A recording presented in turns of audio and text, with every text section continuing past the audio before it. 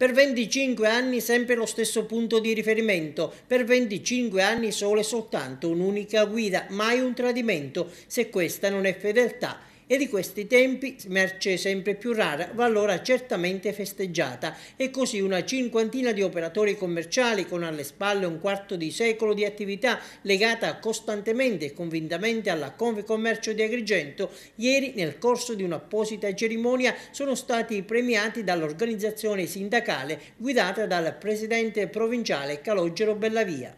Vogliamo dare un riconoscimento, un pubblico riconoscimento a tutti quegli imprenditori che hanno creduto nel loro lavoro per un periodo così lungo e che nello stesso tempo hanno creato benessere e sviluppo nella nostra terra. Per loro la Confcommercio è stata una sorta di bussola. A questo proposito devo dire che abbiamo fatto anche delle iniziative molto importanti che vanno dalla più che assistenza, dalla consulenza legale. Abbiamo istituito la consulenza fiscale, la consulenza tributaria, cioè abbiamo organizzato in maniera puntuale, grazie anche al signor Cipolla, nostro dipendente, un sito internet. E per l'occasione ad Agrigento a sottolineare la bontà e l'importanza dell'iniziativa è arrivato il presidente di Unioncamere Sicilia, Pino Pace.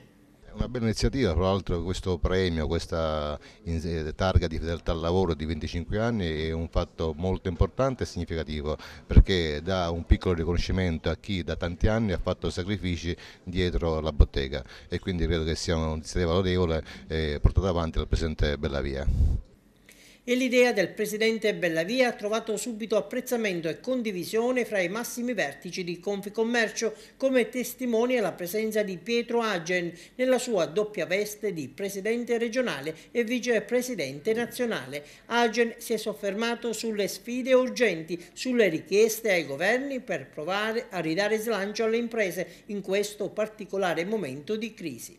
Ma bisognerebbe fare esattamente l'opposto di quello che si sta facendo, no? In questa finanziaria si stanno introducendo imposte e tasse che vanno a colpire soprattutto il mondo del turismo. Noi siamo convinti che il turismo sia il volano di sviluppo dell'economia e quindi anche del commercio.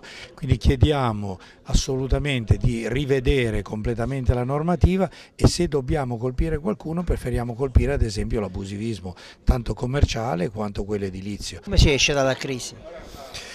E come si esce dalla crisi? Stando tutti insieme, ecco, la manifestazione di questa mattina è servita proprio per stare insieme e andare avanti e stringere e vedere come poterci arrivare nel meglio dei modi possibili per soddisfare le esigenze del cliente.